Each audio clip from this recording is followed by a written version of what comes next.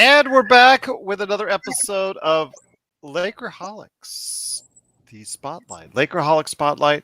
It's Gerald Glassford. Thanks so much for watching, listening. Truly appreciate it.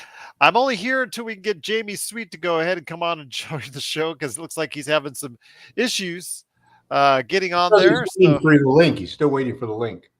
Well, actually, he's supposed to host it, so he's just supposed to log right in, but he's having trouble logging right in. So it is Gerald Glassford right here for Lakers Fast Break. Truly appreciate you joining us. Apologies for the delay. Actually, yes, I'm trying to get Jamie in right now. And then, yes, it will probably hopefully get here soon to be able to do so. Yes, and it is Gerald Glassford, of course, right here. We are talking Lakers, of course, as always. And, of course, there's always plenty to talk about. And yesterday was a big momentous day in the life of Anthony Davis. Here today to talk about that. Good man indeed. He is the number one Lakers blogger that's out there. It is LakerTom. And Tom, I just want to go ahead and say thanks for being back here on the show.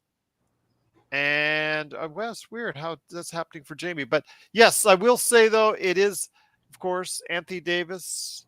3 years, $186 million, a little bit slightly different than what the analyst said he was going to be signing for.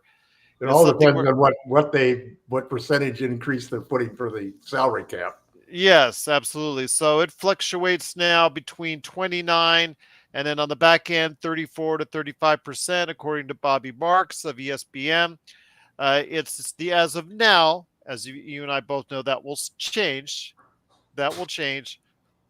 It is now the most lucrative NBA contract extension. So 62 mil a year average.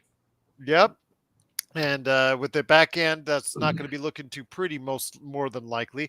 Your thoughts on what the Lakers did with regards to Anthony Davis? I thought he might be able to, or thought he might be pondering waiting it out, getting a larger extension or a larger contract down the road, but he decided once he was offered to take the safe money now. Well, I think this was really a momentous event for the Lakers because it really signals the commitment that Anthony Davis is the next superstar to take the reins for the Lakers. It separates LeBron from Anthony Davis, you know. I think it was great that the Lakers and Anthony Davis did this on the first day that they could. I think that's extremely important. I also think whether or not the Lakers end up playing two bigs or whether the second big ends up being Wood or Hachimura, it doesn't really matter because the Lakers want to do whatever Anthony Davis wants to do because he's now the face of the franchise. And you got to remember, we got 2 years left with him before that contract goes into effect. So you look at 62 million, those are tomorrow dollars, man. When we get to that point, this is going to be a good contract by the time you see Tatum and a half a dozen other guys get their max contracts. So this was a great move. It's sort of like the second to last step to making a smooth transition for LeBron. LeBron's probably going to pick up his player option and play another year simply because Ronnie's at least going to have another year before he can even probably play again. And hopefully that happens. And, you know, and he's even backed off of that and said that I want to at least play against my son in the NBA. So, you know, the Lakers, everything's set up with contracts so that they have flexibility. They've got nothing but good tradable contracts. They can clear space if they want to. They have pieces to trade. They'll have another draft pick next summer. We should be in a good state by the time, if LeBron plays the next 2 years, he picks up his player option and agrees to go out his contract. He'll play the next 2 years, and we'll have 3 of AD after that. I think LeBron, there's a good chance that next summer he may do an extension just like AD did. Maybe the 2-year extension for the 38 and over guys, you know. Or he may retire, you know. It all if the Lakers are still winning and still a championship contention so he can compete for a ring, then he'll play. If the team is not championship contention and he's not going to have a chance to win a championship, I think he'll retire rather than muddying his image and his legacy by hanging around too long. I think he doesn't want to have that happen. And it really comes down to the caliber of the team. But give Pelinka, Jeannie Buss, and Darvin Ham credit. They're really racking up win after win as they put this team together. We've got a couple of moves to make for the season. I think things look promising. It's just a fascinating group of players, and I'm excited and thrilled to watch them play. Once again, it is Lakerholics Spotlight. It is Gerald Glassford along with LakerTom, and Jamie Sweet is also here indeed. He's going to be taking over the hosting duties because I'm going to go ahead and just step on out because I know he's having issues. I think you were somehow, for instance, console is actually the Xbox version of Streamlabs. So I don't understand why you were getting that. So I have to figure out why was going on. I'll have to take a look at your messages and your notes on that. But it is Jamie Sweet. And Jamie, before I head on out and have you two discuss what's going on for the day, obviously Anthony Davis, a lot richer. They backed up the Brinks truck for him. He's got his bag. Unlike Jaylen Brown, he could actually utilize both his arms and both his hands because he can go left or right to hold the bag. So your thoughts, though, on the what now leading to a 3-year 186, overall leading to, I think, a 5-year 270-ish? Roughly, 5-year roughly. So, 270 and change. Yeah, I mean, he might be hurting for some cash. We might have to go ahead and just get together. When you go over to Anthony Davis, lunch. When you go over to Anthony Davis's house, you're going to look at his couch cushion and find $100 bills. That's how he's going to be. Yeah, there you go. Absolutely. So your thoughts on the extension for Anthony Davis? I mean, it sounds like I agree with pretty much everything Tom said. I think that by the time this extension kicks in, the TV money will be up. The revenue sharing that the players are going to somehow kind of engage in that we haven't really seen how that's not kept kicking in this season. So I don't even know if it's like really even been fully fleshed out. Things of that nature are going to bump the salary cap up every year to the max that it can get bumped up every year with the cap smoothing that the NBA put in place. And so if the cap's just going to keep going up every year, this is going to look great by then. This is going to be a very reasonable deal. It's going to look as player friendly, or rather as team friendly, as the first extension he signed right after he won the championship. When he didn't do the one and done or wait a year to make the max money. Granted, I think he knew his knee was bothering him and he was feeling a little worn down and didn't want to decrease his value because of the quick turnaround, which smart money by him because he then got hurt that season. But smart move by him and his agent. But I feel like the Lakers and Anthony Davis have entered into a very cordial and beneficial partnership with one another. And it makes sense. Like, the Lakers aren't going to get good value in a trade for Anthony Davis. It's just not going to happen. It's just not going to happen. You're not going to get, the Kevin, you're not going to get the Rudy Gobert haul for Anthony Davis, which is astounding to me, right? That doesn't make sense. You should get more for Anthony Davis. But because of his injury history, because he hasn't won it all by himself or whatever, because he won it in the bubble and not in a normal season where he played like 82 games right into the playoffs. There's a lot of durability questions and things of that nature when it comes to Anthony Davis and his game. So that's why the Lakers, I think, have entered into this sort of agreement with AD that, look, this is the best either one of us is going to do. We want you here. You want to stay. You're going to be the defensive pillar and possibly, hopefully, the offensive pillar that we build the team around for the next 4 years. And maybe in that time we end up trading for or drafting or somebody, or Reeves ascends or somebody ascends to a level that's maybe not LeBron James-esque, but certainly like Klay Thompson-esque, where solid number 2 guy who can support AD from the perimeter and, help move the team along when LeBron James does hang it up.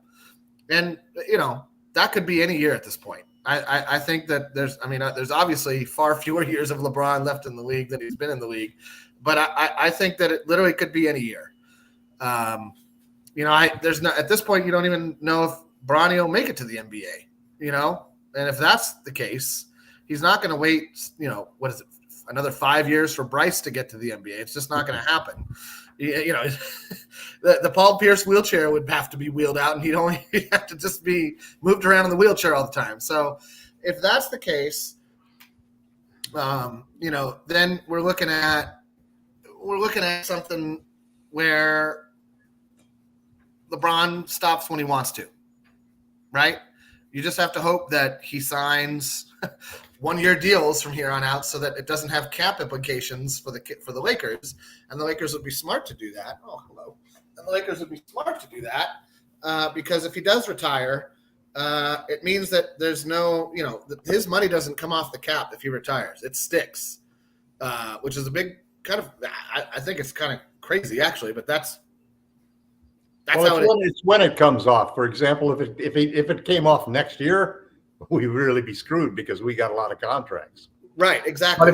But if it came off 2 years from now, not so we're bad. in pretty good shape because we could probably have the assets to trade, or we can move those assets to get the cap space we need to sign. Agreed. But what you don't want is sign a 2-year extension, and then I mean that's why we're close to this. Close to being hard. That's why we're hard cap basically. They don't want to get too far away from where they can't get cap space to get somebody. Right, we're right there at the hard cap. Right, we're basically. Well, we can't get a 15th player probably without going over it, depending on what. I think if we did, I think we got like 8 million. 8 million. No, I mean we could even offer Christian Wood more than the vet minimum, right? Like no, we can't because we don't have any rights that allow us to. But we could if that hindrance wasn't there. But we could if we did a sign and trade with Bando like I was recommending. But we'll leave that subject for another day. Madness. Yes. Not with Jamie's daughter there. Although even though our crowd would absolutely love that conversation. I mean, we had it on the blog. We had it the weekend before he posted the trade. There's no world where that makes sense. The whole Marvel multiverse. You go to every multiverse world. It all depends on how good Christian Wood is. I think it also depends on whether Vanderbilt is really improving his game, because basically his minutes have disappeared and there's a lot of competition at power forward this year. No, that's inaccurate. He was mildly unplayable for one playoff series.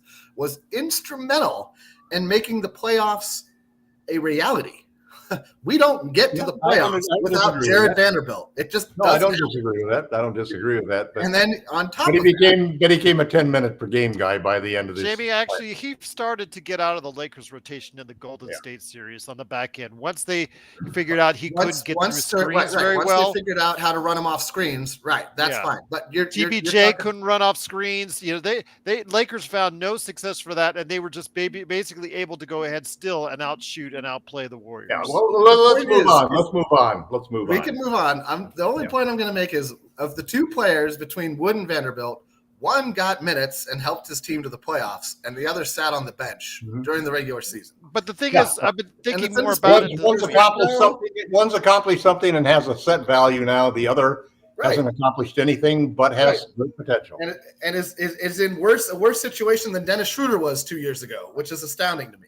Given his skill set. I've been thinking about it. We'll see what happens. That this is where he's at. There's a reason the Lakers are waiting for him. There's a reason nobody's bidding on him. Hold on. But I've been thinking about it over the course. I've been thinking about it, of course, the past week. We had somebody in our audience suggested and make what should have been obvious to all of us is that we don't need right now another power forward. We can always use more height. We can always use more skill. We can always use a 39% shooter. But we in the starting lineup, we can't start another power forward because the fact is we already have a power forward in LeBron James. LeBron James is no longer a 3. Anybody who still thinks LeBron James can go ahead and guard wings is absolutely kidding themselves, unless that wing is absolutely terrible from the outside. That's something he does not like to go out and contest threes. He doesn't like to go out and he likes to stay inside, get the rebound, and then push the ball up the floor. No, it's definitely a liability if you play two bigs with LeBron, because he's got to defend some 3. Okay. So he's not going to defend the 3 really. What he's going to do is outscore the guy that's playing the 3. He's going to take him down at the other end, and he's going to win that matchup. See, so then you have to. Sometimes you have to accept that if you want to play a certain way. 100%. For me, I think all of this talk about which way they're going to go, I think that there's a philosophical desire by the Lakers because of the championship and because Anthony Davis wants to play the 4 and because they wanted him to sign the extension. So they basically are talking about, let's do it exactly how Anthony wants because he's the face of the franchise going forward, man. Whatever you want, maybe. Get into camp, it could be just like it was the last 2 years. Right. The last 2 years, the guys they lined up for center couldn't cut it. We had to put Anthony at center. Last year, same thing again. Jones and Bryant, ridiculous. You can't start one of those guys. I mean, they're not as good as Howard or McGee were. You couldn't with Russ. Yeah. You couldn't with Russ. That's something. With Russ made it impossible. Yeah, that's something that gets a little bit glossed over. It was like how bad that fit was. But I mean, but what it comes down to, ironically, is that in a way, Wood is going to cause real crunching of somebody's minutes.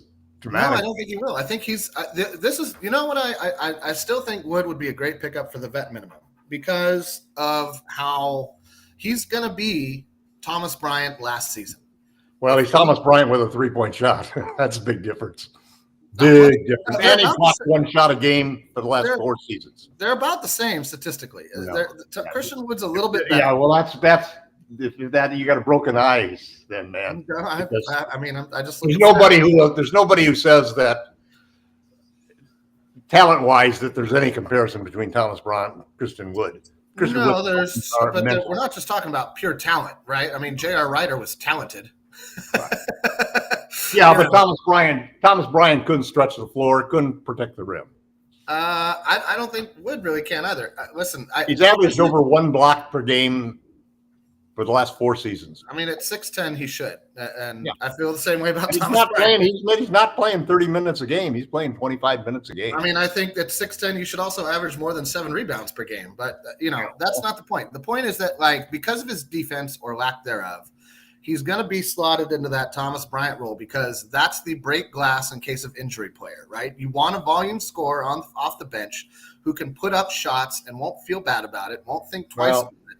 And that was the only time Thomas Bryant had a good impact on the Lakers last season, right? When AD and LeBron went down, Thomas Bryant kind of saved that chunk of the season for about Thomas 10, Bryant 12 signed games. the minimum contract this year. And he's there. So will Tristan Wood, right? But for different reasons.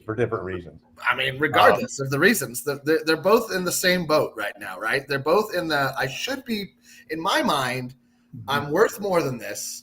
In my mind, my role should be bigger than it is. In my mind, I see the competition between if Wood comes aboard, the competition is really Wood and Rui because I think they both do the same thing, or they both potentially can do the same thing. Yeah, that makes sense. I mean, they stretch the court. That's the first and biggest thing. And they want somebody who can stretch. I mean, they're even willing to look at other guys who are not starting quality players, but who can stretch the court and have some size and can protect the rim. And this is, it's funny because I've spent my whole life railing against not starting the best 5 guys. I mean, and yet I understand completely now why they want to with Davis, why they want to start 2 bigs because you have to do it for some of the games in the league. So you got to be able to play both ways. Well, and I think like you said, because AD's, by the time this contract is done, AD is going to be 35, 36 years old, right? 36, somewhere in there, right? Yeah.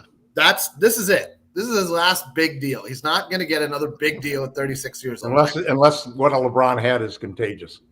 I mean, sure. Or he finds the Kareem Abdul-Jabbar fountain of youth or, develops a skyhook, which all of that's highly unlikely at this point. So if barring some miraculous, addition to his game that nobody sees coming, or an incredible uptick in his 3-point percentage, up to like 38-40%, which I just don't think is, you'd be foolish to expect that. I'd love it to happen. I think it's possible, but I don't expect it. No, I do think it's possible as well. He's got the stroke. He's got all the tools. It just is capable gone. Of being an 85% free throw shooter. You get into a good groove. Something happened after the bubble to that 3-point shot, and I cannot for the life of me figure out what it was. The bubble was like. You know what it is. It's real simple. It's pressure.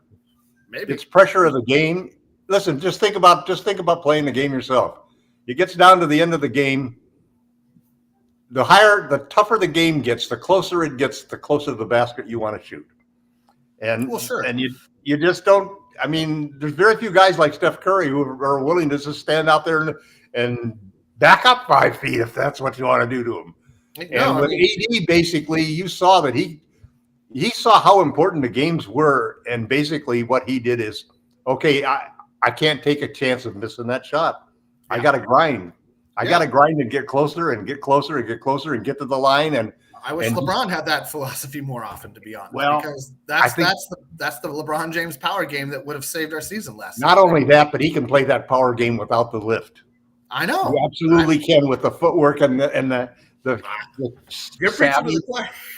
I mean, he can just basically get guys out of position so badly that just with his body weight, just with his size, he doesn't have to. He doesn't even have to like use elbows or anything. He can simply pivot and move guys in the post. It's like imagining Austin Reeves if he weighed 60 pounds more. You know, and he chooses not to.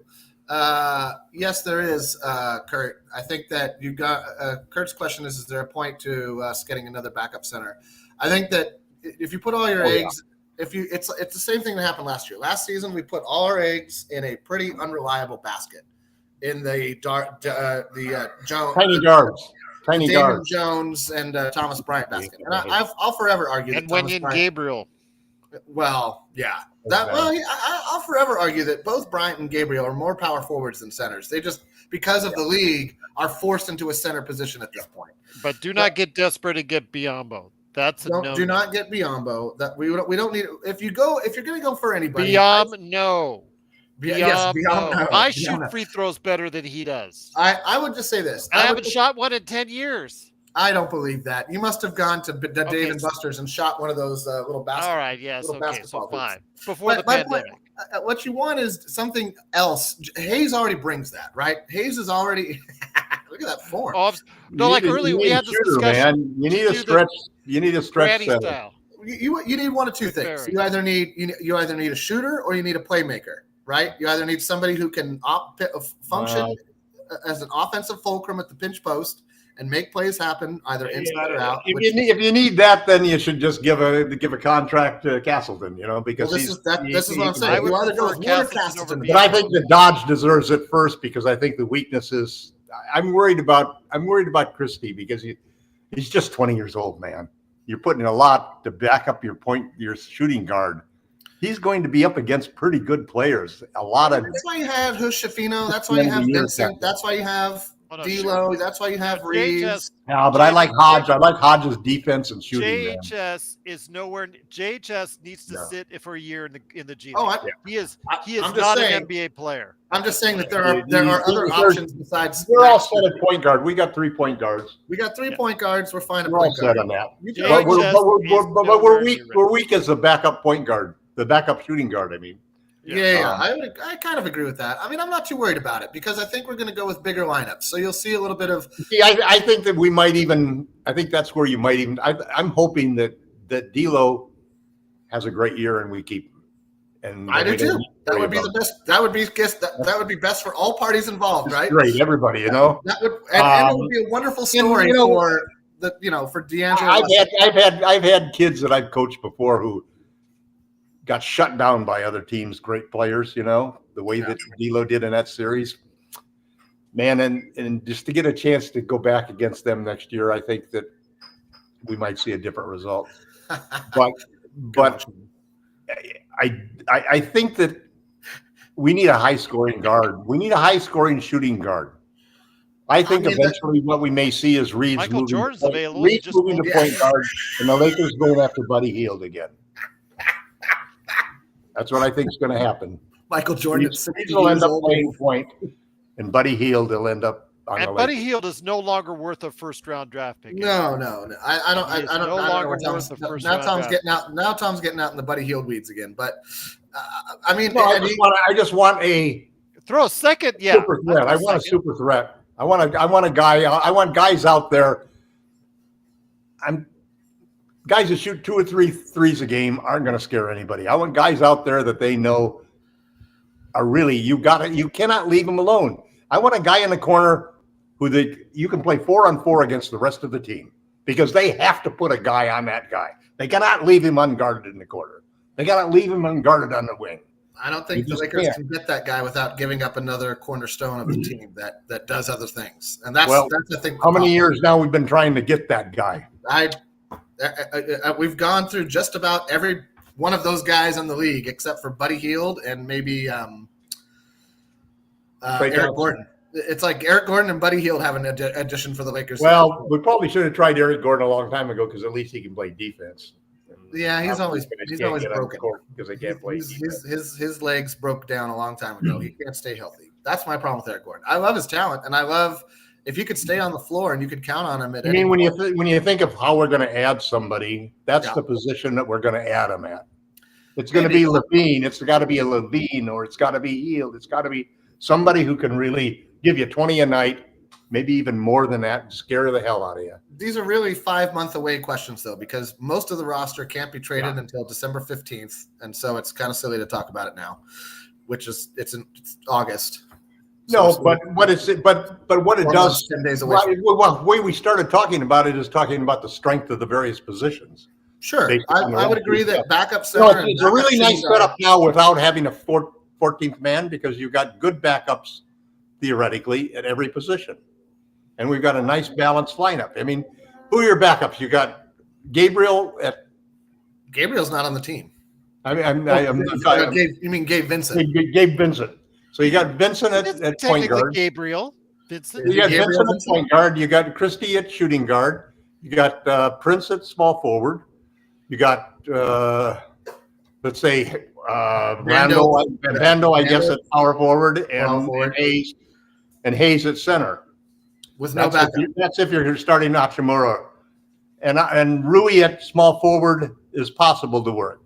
Yeah, no, I think all those are essentially how you would pencil it in for training camp, and of course, training camp will probably change. And you got two big question marks in the backups, which are the center and the small and the. I would try to see if you could start Vando.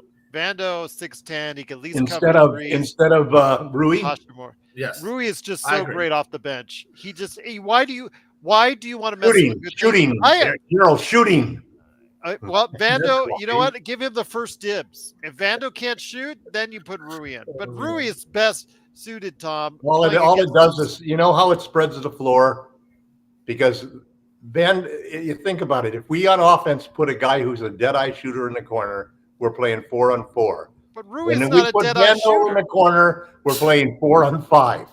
But Tom, Rui is not a dead-eye shooter. You're going he's like a 34% three-point shooter. They gave him $50 million, Gerald, and it wasn't based on being a 33% regular season shooter. It was based on being a 45% playoff shooter.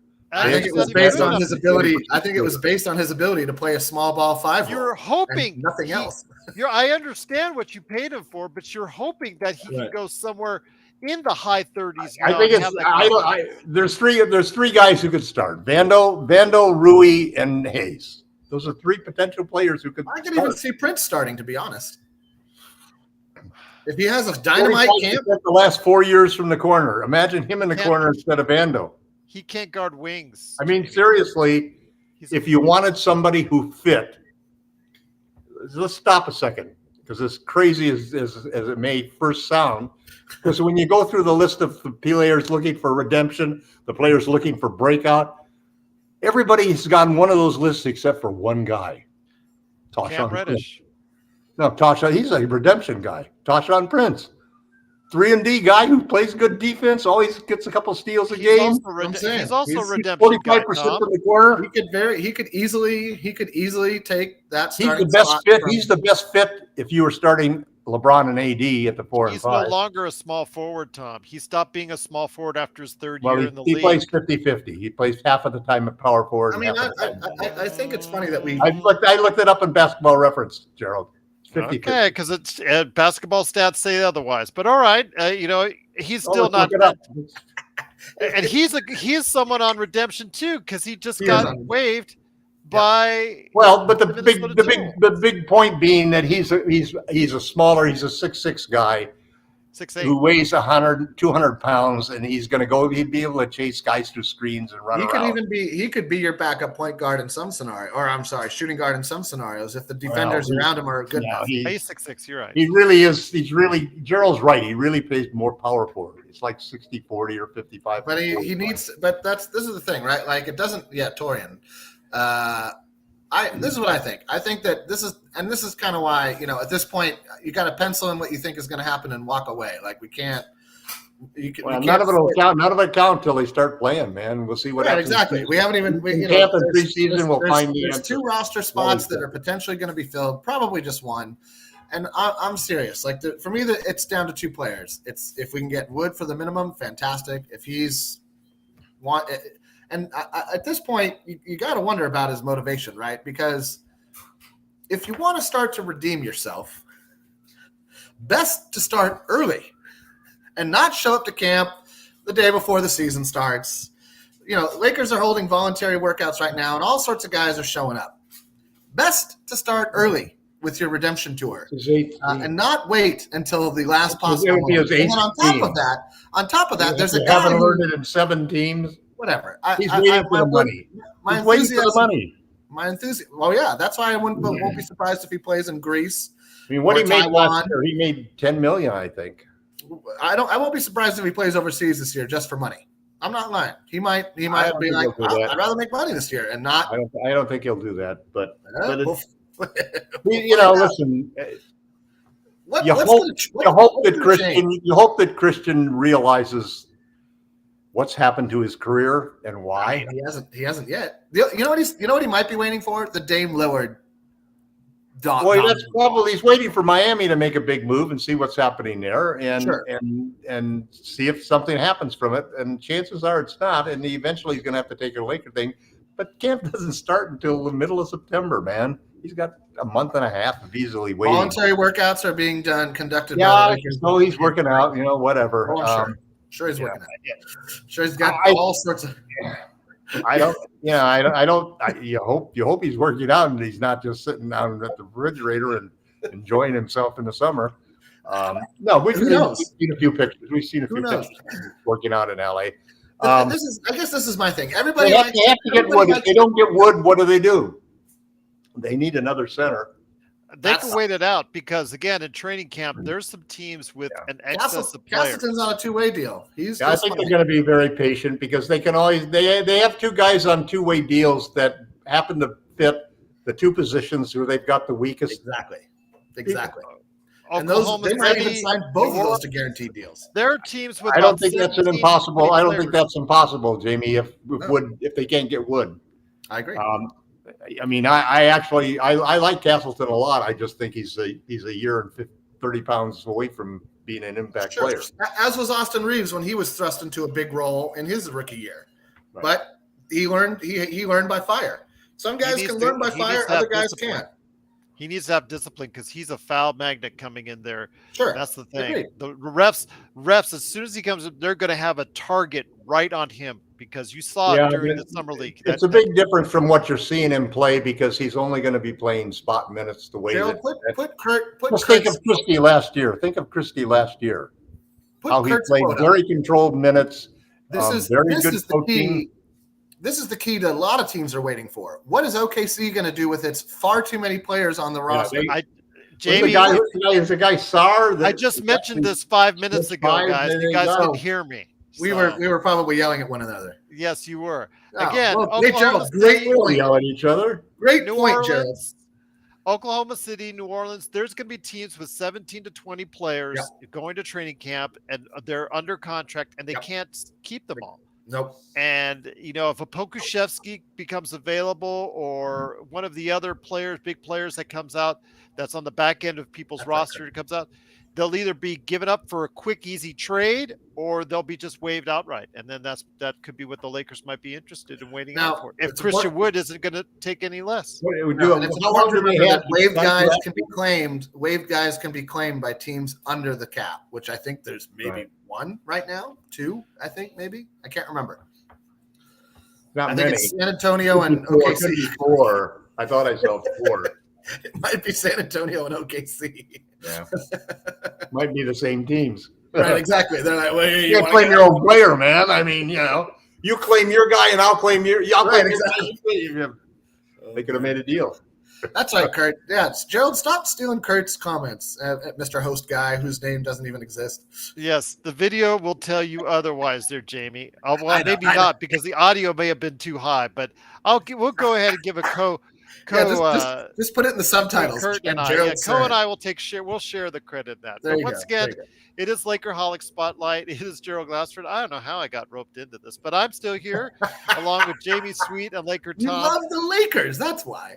That's true. LakerTom's the #1 Lakers blogger that's out there, and Jamie Sweet, those 5 things articles. Go ahead and check them out today and what they're writing about as far as the Lakers and about each other at Lakerholics.com.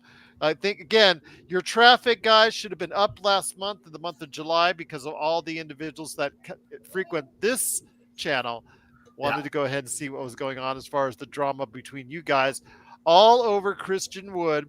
Again, the situation is where a couple weeks ago it was asked or insinuated by Sam Quinn via Mark Stein, saying that he would be acceptable for a sign and trade from Dallas, and Dallas would also accept that. Of course they would. Of course Dallas would.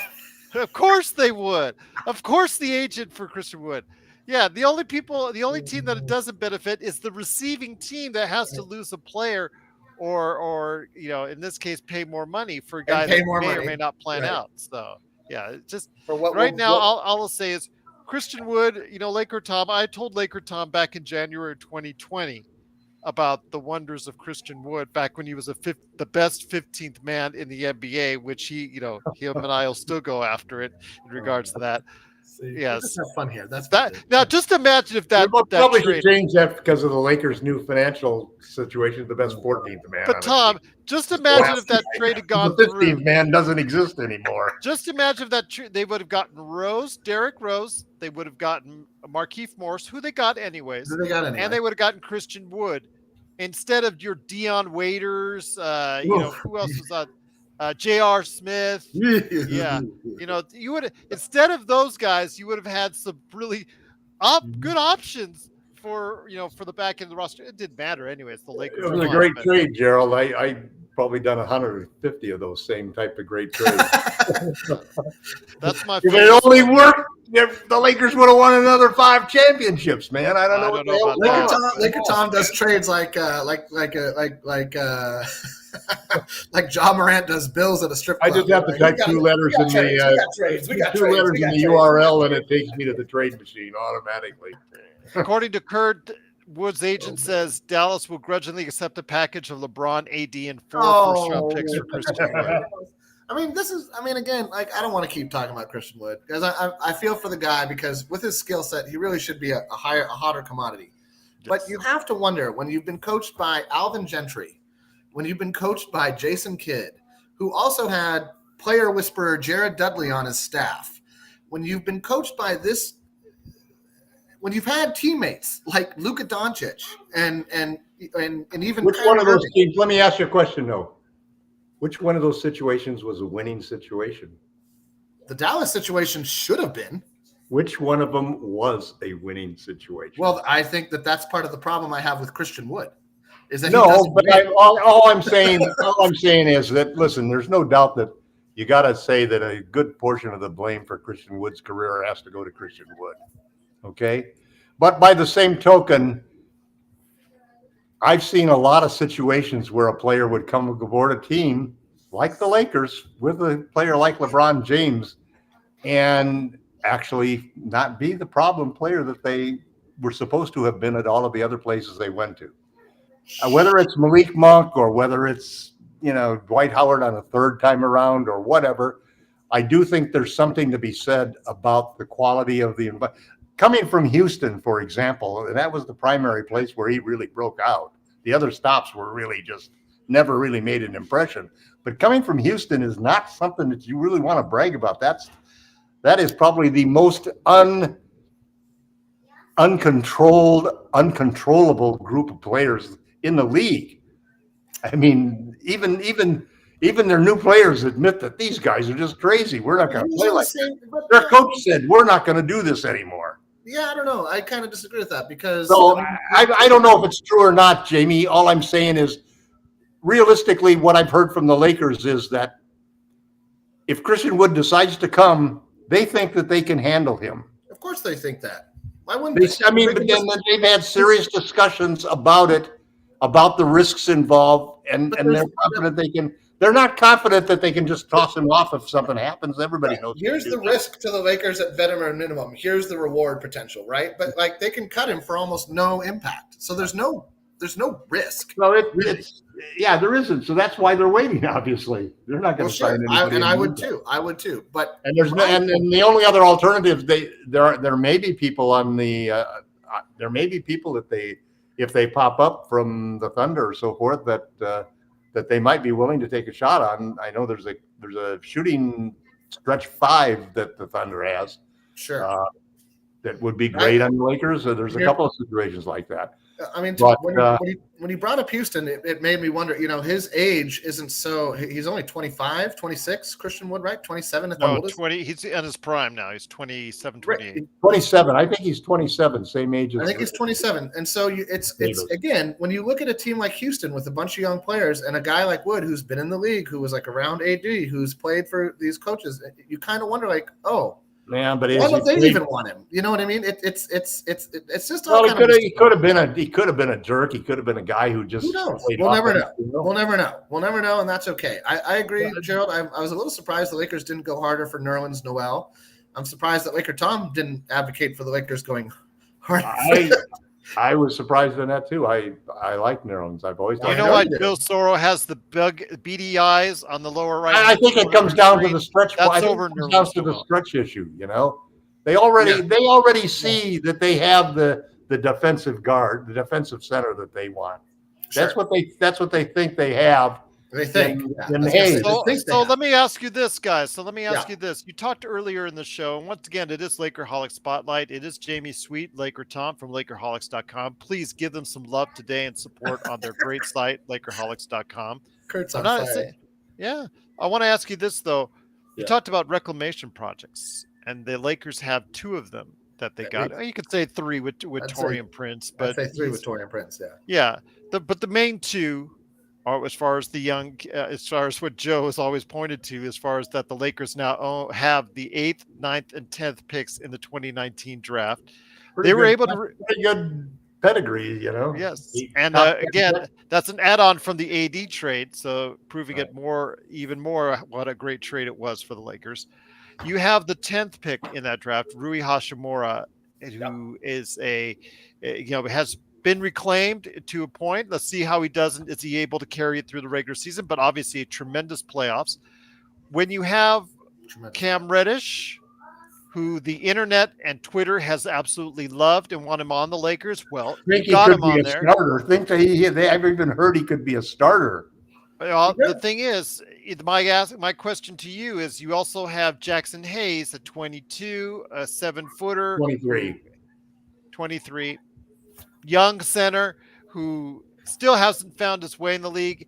He's not been the defensive stalwart. I think a lot of people have hoped for that as far as seeing his numbers translated, and really hasn't been able to do much else. So your thoughts, which one of these guys will be able to go ahead and be a true reclamation project indeed? You mean a successful one? Yes. I mean, we started with Rui. Can we continue? Which one is the more likely guy to hit? I think the most likely is Jackson Hayes because of his fit with the starting 5. I think that if he can play that 15 to 20 minutes a game role that Javite McCoward was able to play. Start each half, but that's the only time you're going to play. But that's fine, right? You can make AD will close the half at center. You can make good money in the NBA playing 20 minutes a game in that role. And so if he can get his money, if he can feel like he's in line for an $8 to $10 million deal after this season, that, playing that role, not griping in the public about, I didn't get enough touches. I'm not shooting the ball enough. I don't play enough minutes. Blah, blah, blah, blah, blah. then you've failed at your reclamation project. You are now a failed reclamation project if you start griping to the media, if you ask for a trade, things like that. Like, I thought Thomas Bryant was doing okay last season until he was like, I'm not happy with my role here. It's like, what do you think there's a role out there besides this for you? Because there really isn't. Like, that's the start of a bad look for a lot of players, man. I mean, you can see that happen. There's a lot of people who can't see past the skull of their own. They stay right inside of here, and it's wonderful. And they have a hard time accepting reality. And reality has dictated that these players, whatever they believe about themselves, whatever their skill sets may be, however they came into the league with what hype or not, lack of hype, it doesn't matter anymore. This is where you are. So between Cam Reddish, Jackson Hayes, and what was the third one? I guess Taurean Prince, kind of. Taurean Prince, yes. I would say that the highest chance for success is probably in Jackson Hayes because he's set up for success with a role. And nobody's really carving out a role yet for either Cam Reddish or Taurean Prince. Now, this is what training camp's for, right? So who knows how this will look in about 5 months when camp ends in October. But if you ask me now, Jackson Hayes has the best chance to be the. Okay, who's number two? Who's number two then? Reddish, just based on his physical gifts, I feel like. And Rui last. And age. He's younger than Prince, right? Prince is 27, 28, I think. Prince is 29. Prince is 29. Yeah, he's kind of starting to age out of the NBA if he can. And Reddish is only 23, so that's a big difference. This is what I'm saying. Like, Reddish would be right behind him, and still, it's unfortunate that the G League doesn't work as well as the minor leagues do for baseball, where you can like send a guy back and forth a lot, and it's not a reputation hit is the way that it is in basketball. If you get sent down to the G League, if you get sent down to the G League in the NBA, somehow you're failing, right? That's a daily thing for most guys. But in baseball, right? You're baseball at 8. You go down you do that a few times, and you're no longer eligible to do that. Well, for years you can do that, though. For years, baseball teams can do that if they draft the guy, right? So if they draft the guy, they have many options over many years to keep developing this guy and like work with him on his skill set, work with him on his whatever he needs work on, right? But in the NBA, if you don't nail it right out of the gate, then you get a little bit of a stigma. And then if you go to another team and you don't make it happen, then you get a little more of a stigma. And that's what Cam Reddish is. He's already played on 3 different Cam teams. Reddish or Jackson Hayes. I would look at it completely different. I think that money talks.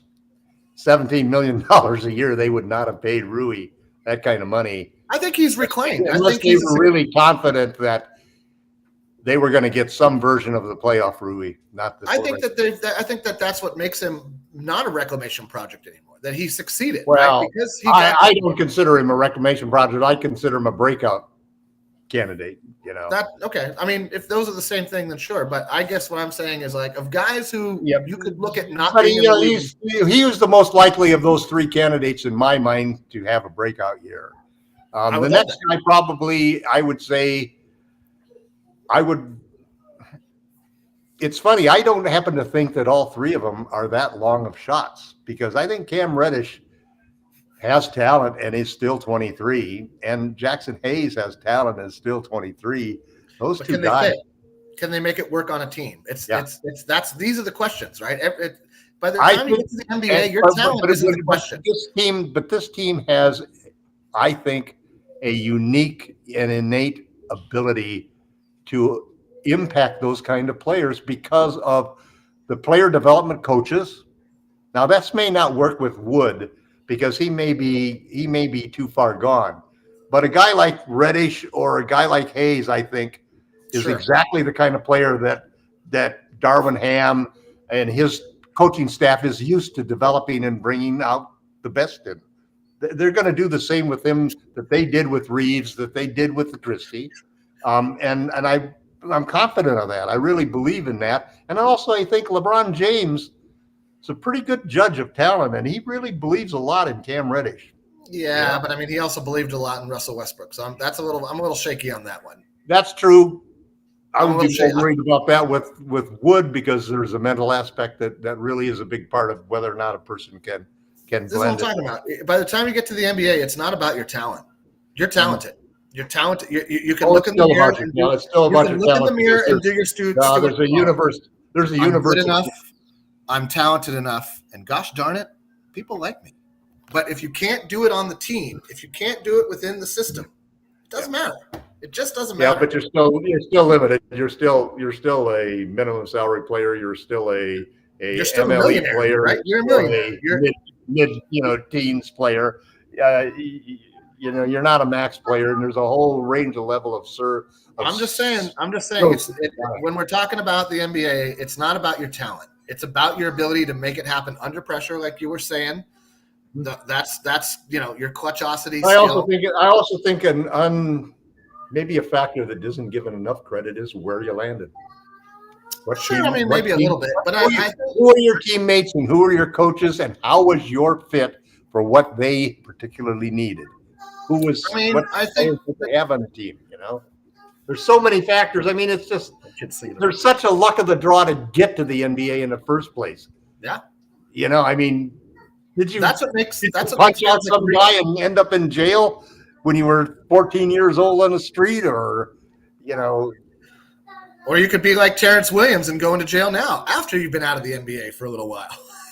Or you could be like our former president, and let's not get into politics here. The faced 561 years in jail, or you could be like Orlando, that as an organization, goes ahead and to donate money to a Well, I mean, nothing like good employee relations. Yeah, right. And then they're going to gripe about why are we not a free agent destination? I don't get it. Really? Yeah, it might have something to do with how you spend your money. But speaking of that, what do you think of the? I got criticized on Lakerholics by Stan because bringing Stan up the criticizes everything, so that's not a surprise. But the whole idea, is that I agreed 100% with the fact that the Lakers have developed a great rep for taking care of their players, taking care of their stars. Oh, that was established decades ago. That was established with Magic through right. No, that was all the way through Kobe, LeBron, now with AD. I said this is you can tell that the guys who are going to be eligible to be free agents in 25 and 26 are looking there saying, that's the way you treat your superstar. You don't do what the Boston Celtics did. Right. A lot of trade rumors about this guy all out there. You sign him on the first day to the max contract, and you don't screw around and try to cheap him. The only way you get thrown off the Bus family gravy train is if you pull a Shaq and diss them publicly. Yep. That's it. And even then, we'll forgive you after you're retired. Oh, well, yeah. You won. You put banners on the wall. Yeah, right. We'll welcome you back, but we will not pay you. But that was, I thought, actually, I heard Jeannie Buss, actually, I have to say that I apologize to Jeannie because I have been somewhat dismissive of her basketball intelligence in the past. I think that's wrong. I've actually yelled on this show to people because there's no way you could be part of an organization for 50 years and not know something about the basketball. It's a very good. It's a very good point, Gerald. Because the thing that I just by osmosis, you should be able to go ahead. The point that I thought was really important about what she said the other day. She said one thing that she learned from Phil Jackson is that you need to know how you want to play before you do anything.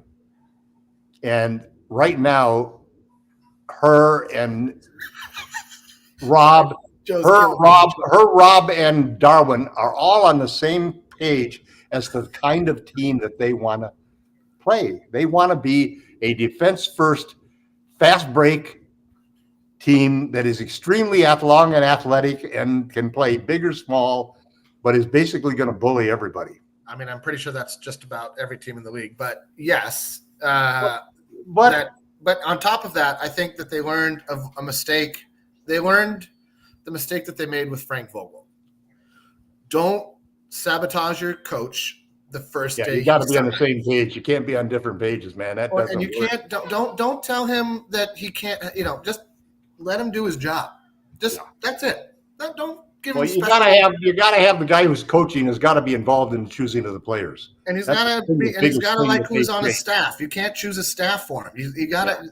It's a brotherhood they're gonna build Right. in that. You can't have Kirk come down and No. run special sessions Let's for the talk players. about how I'd do things if I were here, but I'm not. But just if I was, if I was the coach. I mean, just if I was. No, but those are good changes, and I would tell you that I would bet you anything that it was Rob Pelinka was probably the driving force behind those changes. I just tend to think that Rob is the kind of more studious person who would look at the process and understand where the process failed. And I mean, I think Rob is doing a much better job about listening than he did his first couple of years on the job. I think he came into the job thinking, I've been in the league. I've represented some of the best players on the planet. I've been around some of the best basketball minds that have ever existed. I've got this. And then, he listened to LeBron James and AD when they wanted. But he also had Magic to deal with, which was a big plus and a big minus in some ways. The Westbrook trade. The Westbrook trade is all his. The Westbrook trade. That's what I was going to say. Is that his pendulum swung too far post Vogel, right? Post Vogel, he was like, all right, LeBron knows what he wants. We don't need to learn anything new. We already know it. And we all were like a little bit head scratchy. Some of us were more optimistic than others. I know I was optimistic at first, and I wanted to see it work. Gerald was never optimistic about it. I think, Tom, you were pretty optimistic when we first traded for Russ. I always try to make it work, Yeah, agreed. That's my problem. I can always sell both sides, I mean. Right. But it didn't work, right? And I think one thing when I compared it to having my colon screened, that tells you exactly how I felt about it. From day one, I drove 350 miles shortly thereafter. I drove 350 miles to go ahead and come back from Los Angeles to Las Vegas to complain about how this was such an awful trade. Oh man, it was one of my favorite shows we ever. Look at your face now; it's still you're still feeling it. Well, but there's feelings. Right now. I'll tell you, one of the things that I always find fascinating about life is that some of the worst things that happen to you end up being the most wonderful things. Well, I mean, they pivoted well. Let's say that. You sometimes you get an opportunity that you need to hit rock bottom in order before you finally realize and understand what you really have to do. And I think that happened with the Lakers. I want to say, since you're out during the procedure, getting your colon checked is not bad. And every guy should have it out there. It's the stuff you take 24 to 48 hours before so they can go ahead and check it. That stuff is absolutely putrid. Absolutely. Oh, yeah. I've taken that before. Kablooey.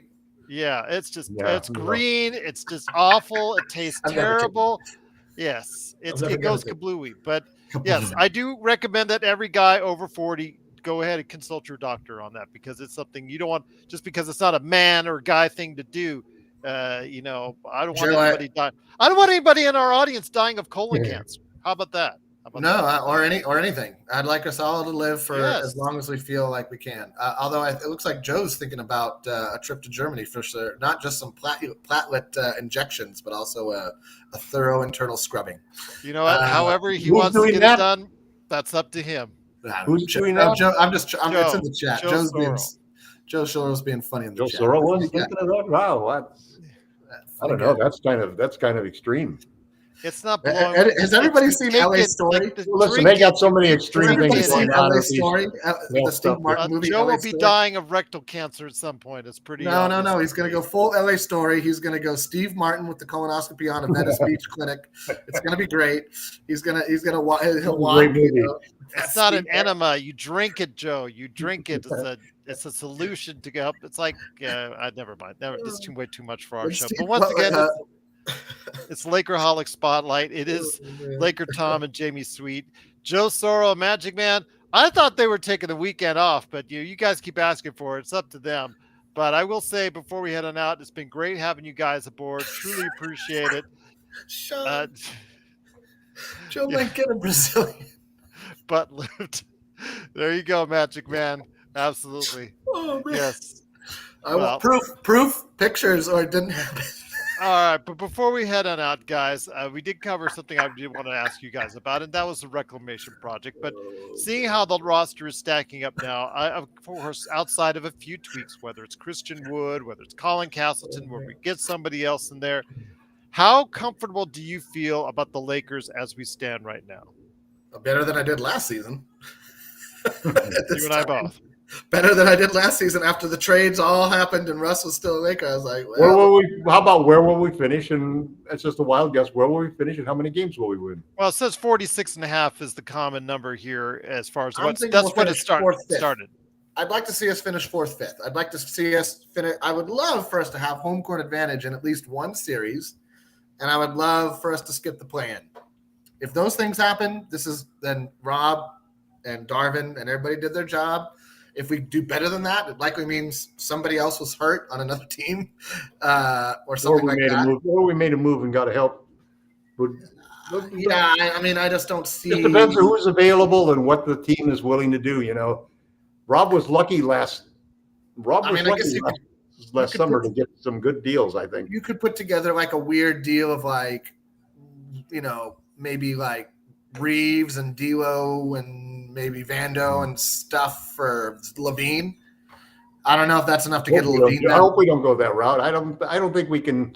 Reeves I don't think we can have more than a $30 million. I would agree with that, but I'm just saying if the record isn't where it needs to be, come the trading deadline. Well, let's say we're 7th, 8th again, right? 7, 8, 9, 10, somewhere in that range. I don't think the front office will be happy with that. I definitely let me ask you a question that I think capsulizes what's the trigger for a trade? Is it not being in the playoffs picture? Here's the trigger for a trade, in my opinion. Oh, looks like Tom, I think you muted yourself. Tom has got soft on there on the volume, but I think he wanted to go ahead and ask a question. No, you need to get a little bit louder on that. Anyway, my point being, while we work that out, my point is this: is that if I mean, I agree, Levine is a little bit of a problem player. Gotta love those knees. Gotta love those knees. I mean, same thing with D'Lo though. D'Lo doesn't have the greatest knees. He's a guard. Point guards. Yes. Point guards have a short shelf life in the NBA. Well, D'Lo should not be the answer. If he's your answer going into the playoffs, that's a liability you can't afford to take. He could be the answer, though. He might be the answer just by default. But I get that. It's hard to get somebody better.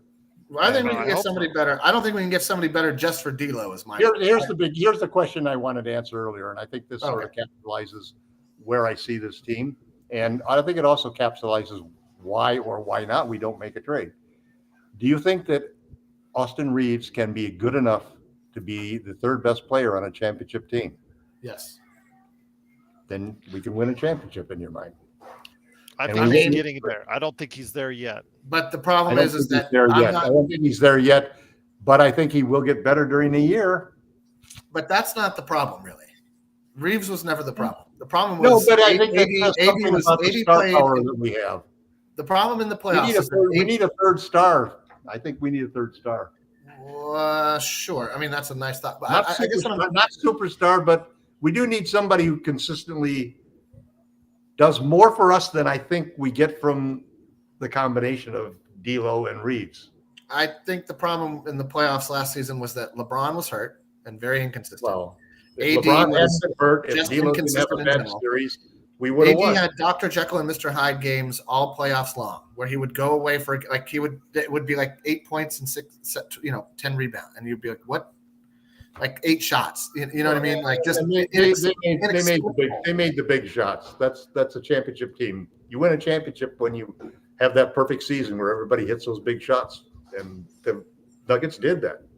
I agree to a point that he was gassed, Sean, but also, I also think that part of the problem is that AD is.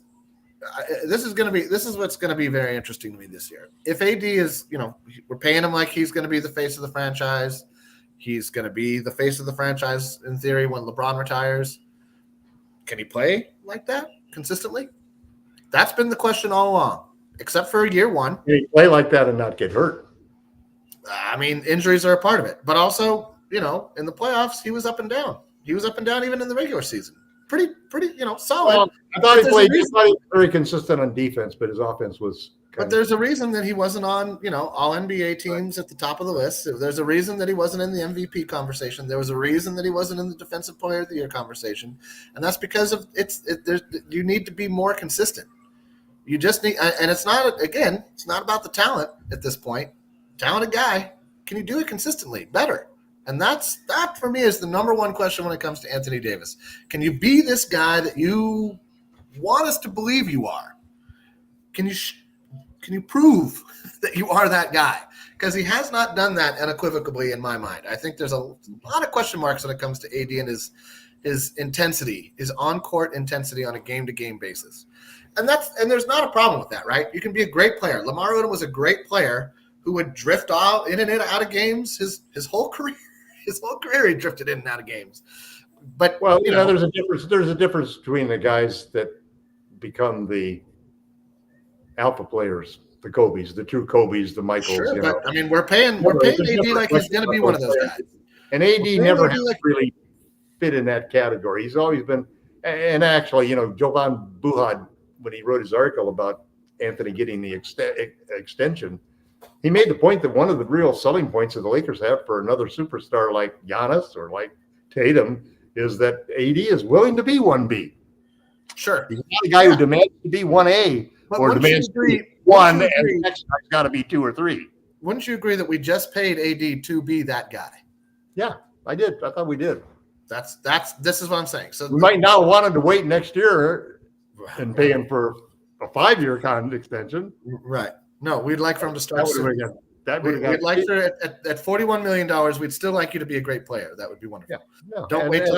I think that money, once we get to that money will be, I mean, it sounds crazy today, but we'll be looking at that money the way that we looked at the same money that we got now 10 years ago, Sure. Nobody can believe it. Ours cost as much as they do, But if once LeBron transitions out and we don't have an obvious clear-cut next guy other than AD, I think we will.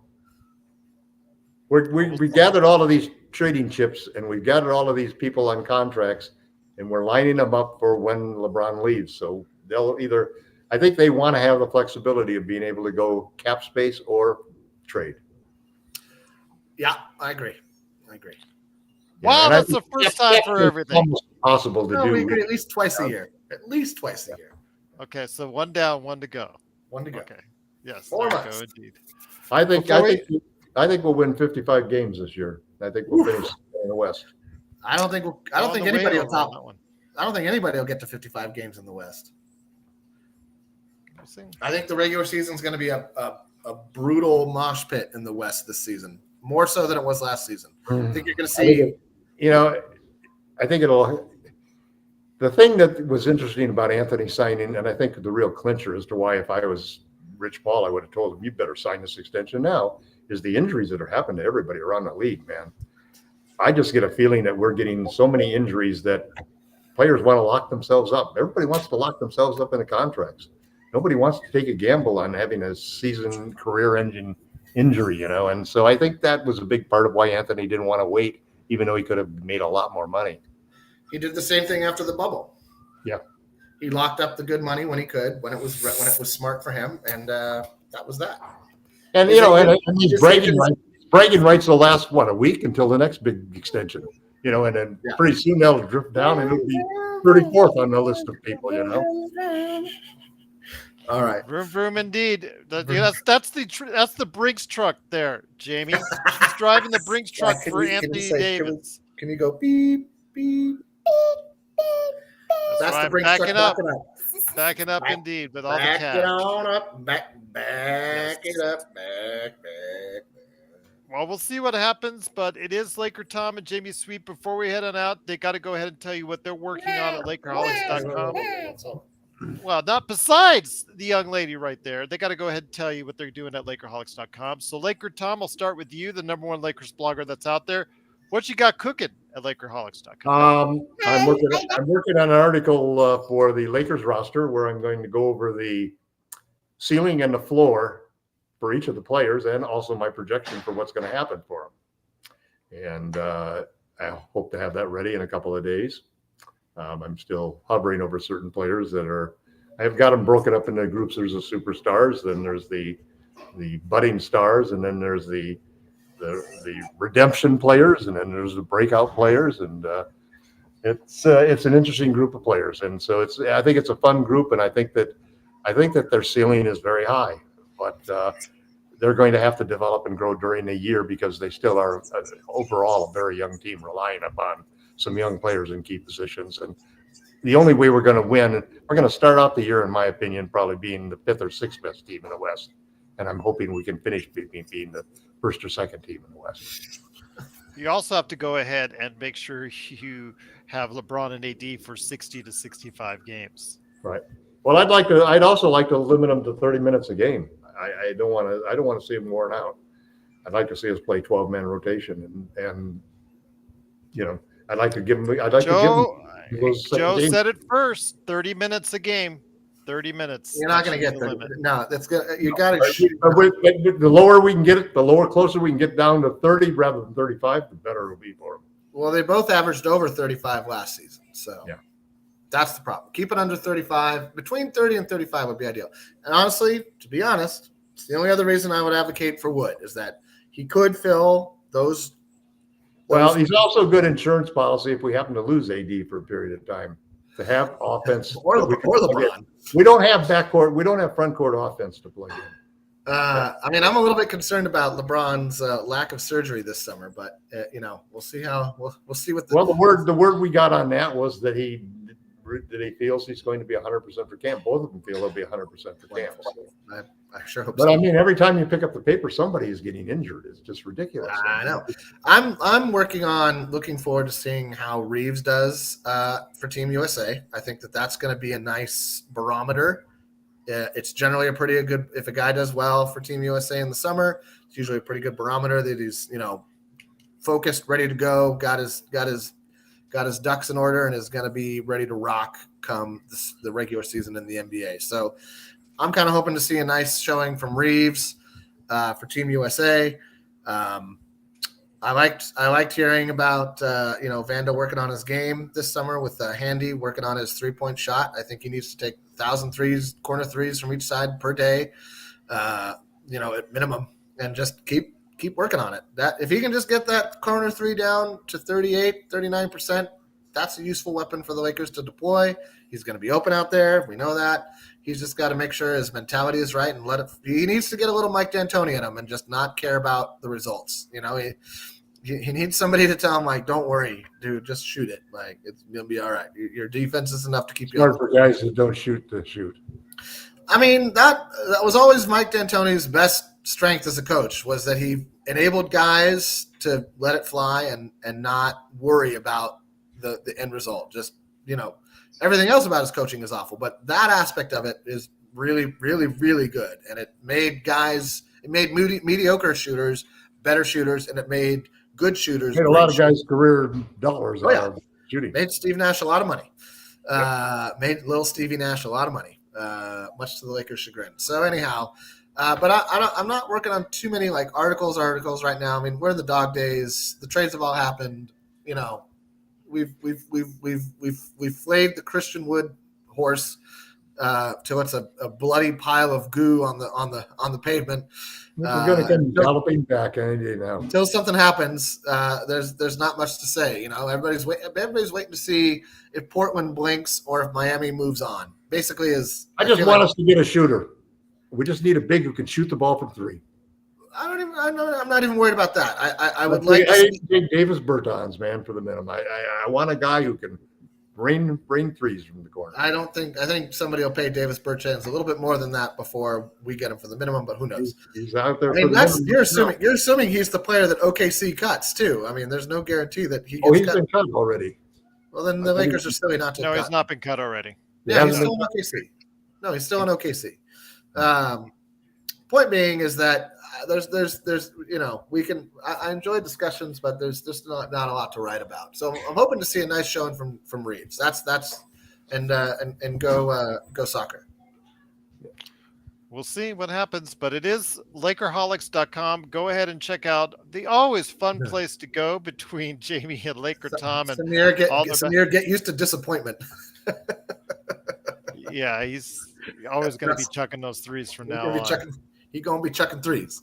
Yes, but we'll see what happens. It is Lakerholics.com. Go ahead and check out Jamie Sweet and, of course, the number one Lakers blogger that's out there, LakerTom.